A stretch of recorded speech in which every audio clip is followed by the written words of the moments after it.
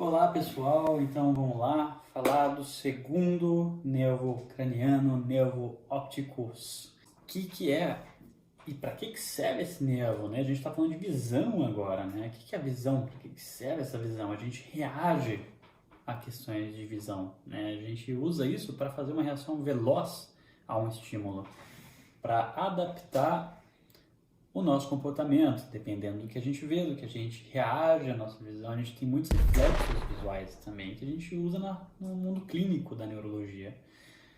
Então, praticamente a gente está falando de um nervo que compõe, na verdade, uma miríade de complexidades dentro do cérebro. Por quê? A gente tem desde o reflexo visual de uma luz que entra pela nossa pupila, passando pela lente, atingindo a mácula, atingindo toda a questão da retina, passando pelas células bipolares, ativando aí as células horizontais, as células ganglionares, indo até já chegar no trato óptico, que vai passar por quiasma, passando por dois pontos principais ali na região occipital, que a gente vai falar sobre isso já já, e chegando na porção occipital do nosso cérebro. Ou seja, é muita estrutura. E qualquer lugar com muita estrutura no cérebro é lugar para vários pontos de lesão. E lugar em vários pontos de lesão significa sintomas diferentes.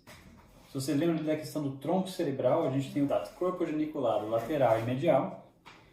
E essa estrutura vai se comunicar com o córtex visual primário, né?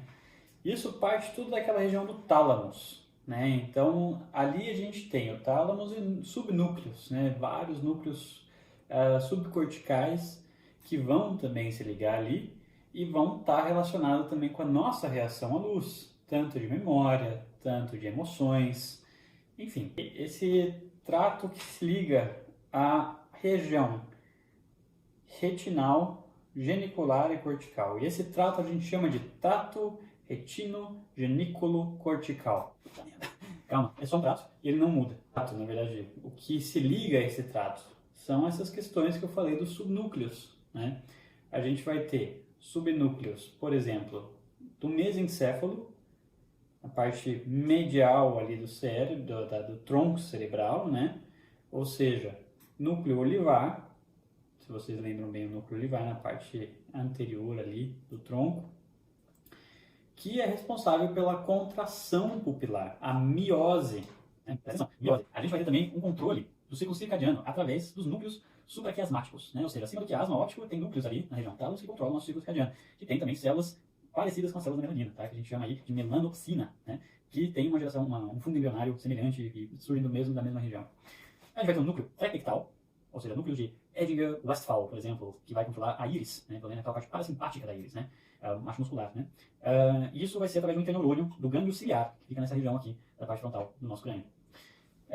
Por que isso é importante? Eu vou explicar depois, fica tranquilo, tem a ver com a clínica. Clínica do nervo opticus. Por que ele é tão importante ser separado? Porque esse nervo, a gente tem uma certa dificuldade de fazer uma examinação, um exame dele, né? Por quê? Por um paciente que, por exemplo, acabou de ter uma isquemia cerebral. Porque ele está deitado lá, está todo delirante, e ele não consegue entender o que você está falando e não vai seguir os seus comandos, né? Mas a gente vai chegar lá. O estado refratário. O que é isso? Quando a gente pensa num problema ocular, a gente vai primeiro pensar, claro, a gente está falando de visão, tá? Não de movimento ocular. Isso aí é nervo, são 3 nervos, na verdade, né? 3, 4 e 6, né? Oculomotórios, abdúceres trocleares, né? Então, calma, a gente está falando de visual. Está falando aí de problemas oftálmicos. Miopia, hiperopia ou hipermetropia, astigmatismo, presbiopia, enfim, todos aqueles problemas que geralmente a gente consegue tratar com um aparato visual, tipo óculos, ou alguma cirurgia, por exemplo, para uma curvatura corneal errada, aí a gente faz uma queratectomia fotorrefratária, por exemplo. Ou enfim, quando você tem um paciente com diabetes, né, que ele tem essa variação de capacidade visual devida à hiperglicemia por trocas ali de glicopeptídeos na lente, né, que fica mais denso, menos denso, e fica variando a refração da lente dele. Então, quando você controla a hiperglicemia do diabético, você vai ver que esse problema cessa. por exemplo. Aí a gente vai para o problema número 2, que é essa questão da acuidade visual. Quão exata é a acuidade visual do paciente? E a gente tem aquela famosa placa de Schnellen que a gente vai desde criança no oftalmologista que a mãe leva pra gente e dá um chocolate pra gente depois do exame. Ou, caso você esteja na clínica e queira ter uma prática mais fácil aí de acuidade visual, que também dá pra fazer, eu tenho minha plaquinha, é a placa de Rosenbaum. É uma placa similar, que é a mesma coisa que a de Schnellen, só que em vez de você estar a 6 metros da pessoa, você segura a placa a 36 centímetros. Então fica mais fácil de você medir. E ali já tem escrito, descrito o quanto que o paciente tem de acuidade visual. Isso já facilita mais ou menos o diagnóstico, para você estar excluindo ou incluindo um problema talvez aí de retina, né? Ou de mácula, enfim, dependendo do que você está procurando ali, de quais são os dados clínicos, né? Terceiro, e na verdade eu acho que é o mais importante dentro da clínica, dentro de um hospital ou de um pronto-socorro, né? Que é a atividade pupilar, né? Você vai ver se a pupila está reagindo diretamente à luz e consensual. O que é consensual? Seria a luz indireta, né? Então você está lá com a pupila, então você está lá com o paciente, vou chegar até mais perto aqui, espero que dê para ver. Você fala para o paciente, olha, cadê a câmera? Você fala para o paciente, olha direto no meu nariz. Aí você pega, passa a luz aqui e vê se a pupila reage à luz e se do outro lado reage consensualmente à luz, ou seja, indiretamente. Reagiu, você passa para o outro lado. Passa aqui a luz na pupila. Reagiu, você olha para outra pupila e vê reação consensual positiva. Isso é uma reação normal. Isso vai servir para vários diagnósticos diferentes e a gente vai discutir mais no final do vídeo. Já que a gente está falando de pupila, vamos falar de um ponto aí que tem direto ligações de estação de tratamento intensivo, enfermarias, que é a anisocoria. Esse é um sintoma que assusta muitos outros médicos que não estão acostumados a ver uma anisocoria. Porque ela pode significar várias coisas se você não souber como examinar, né? A gente tem a anisocoria fisiológica. E como é que a gente diferencia uma fisiológica de uma patológica? Você taca a luz lá no olho do caboclo e a luz vai reagir, a pupila vai reagir normalmente com um olho normal. E o tamanho das pupilas vai continuar igual em relação à outra, né? Tipo de 1 para 1 e não de 2 para 1, 3 para 1. Se acontecer de ficar de 2 para 1, 3 para 1, uma pupila dilatar mais que a outra, ou a outra ficar muito midriática ou miótica, aí a gente está tendo uma anisocoria patológica, tá? Então a gente também tem 2 pontos de anisocoria, já que a gente está falando das patológicas. A gente vai ter anisocoria de parese ou paralisia simpática ou paralisia parasimpática, né? Falando da simpática, a gente tem o quê? Por exemplo, Horner, síndrome de Horner, né? Que tem miose, pitose ipsilateral e, às vezes, anidríase, né? Não vem lágrima, enfim, a pessoa não tem produção ali de líquido, né, nessa região. Assim, tanto das glândulas quanto da saliva, enfim, é geral, é simpático, né? E no escuro, geralmente, a paralisia simpática, essa anisocoria, aumenta. Isso você diferencia falando que ela é simpática, tá? A parasimpática é o contrário. Com luz, ela aumenta. Essa anisocoria vai aumentar muito com luz, né? Então você já sabe, estou vendo aí uma anisocoria parasimpática, né? E o que é uma anisocoria parasimpática, por exemplo, né? Vamos pensar aí uma paralisia do nervo oculomotor, apesar de a gente não estar falando de oculomotor agora. Uma lesão do gânglio ciliar é parasimpático.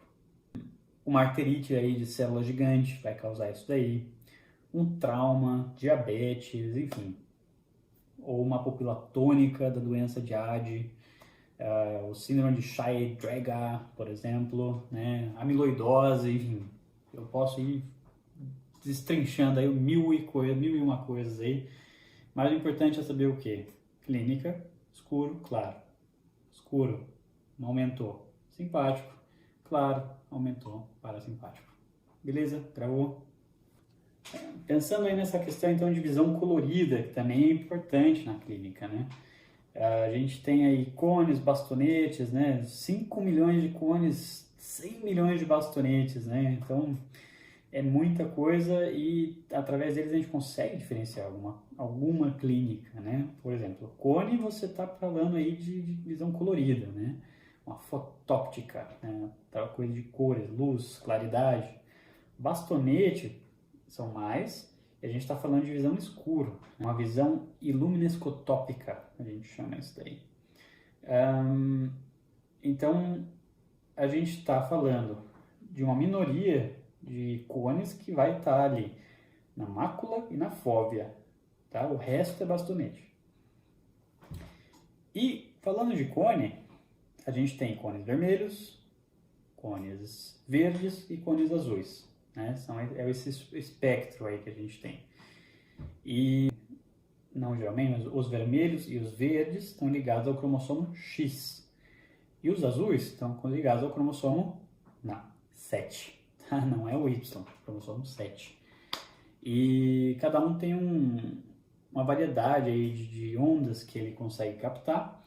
E dependendo da lesão ou do problema genético que a pessoa tem, a gente vai ter aí uma acromatopsia, né? Uma dificuldade aí de ver cores. Ou até uma prosopagnosia, que é a dificuldade de reconhecer rostos, né? Reconhecer faces. Pode até chegar a uma anomia de cor, você não consegue falar qual cor você está vendo. Aí são lesões em locais diferentes, né? Uma coisa é você identificar, outra coisa é você não ver. Lembra a questão do olfatório? Uma coisa é você não cheirar, outra coisa é você não saber o que você está cheirando, né? Maradona, que é um ponto básico ali de você estar analisando uma retina, por exemplo, você diferenciar um escotoma, se o paciente está conseguindo ter uma visão central ali, no ponto da fóvea ou de onde fica a mácula densa ali. Você tem o campo visual, que é o mais corriqueiro e mais testado também na clínica, né? Como é que você testa o campo visual? Você pede o paciente ficar numa distância relativamente igual, assim, 1 metro de você, e você estende os braços para onde o paciente consegue te ver, mas não consegue ver sua mão. Aí você vai aproximando até que o paciente fala: agora eu estou vendo seu dedo. Aí você coloca as mãos mais para baixo, num outro quadrante. O paciente: opa, agora eu estou vendo. Em cima: vi.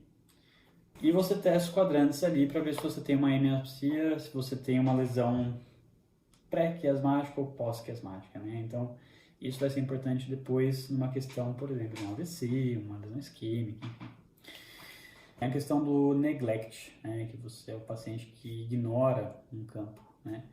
Isso, quer dizer, fica mais fácil de você checar o neglect quando você assusta o paciente, né? Você chega para um lado do olho dele e tem uma reação do meu olho.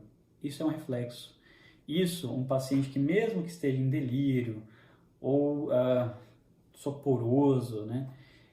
Se ele não tiver uma lesão na região que força esse reflexo, que fica ali na região occipital, ele vai reagir. Não só occipital, mas pode ser uma região média também, parietal. Ele vai reagir. É uma resposta também simpática, né? Pode estar ligada ao gânglio, à região basal ali também. Então, você testar esse tipo de reflexo ajuda você a diagnosticar um problema central em um paciente não responsivo. Vamos lá. Doença pupilar, a gente tem duas que são as mais importantes, aí, sim, mais importantes, são as mais faladas, né? A gente tem a doença que seria a pupila de Argyll-Robertson, né? Na verdade é uma neurosífile, né? É raro hoje, você vai ver quase nunca isso daí. Mas o que é isso praticamente? É uma lesão do mesencéfalo e é uma síndrome que a gente chama síndrome de Parenot, né? Que você vai ter reação pupilar, não vai ter reação pupilar à luz, mas tem acomodação. Ou seja, você joga a luz no olho do paciente, não reage, Aí você pede ao paciente, foca no meu dedo. Aí vai focar no dedo, foca na minha testa agora. Daí você vai ver que a pupila ela acomoda. Isso geralmente é causado por neurosífilis, é muito raro, tá?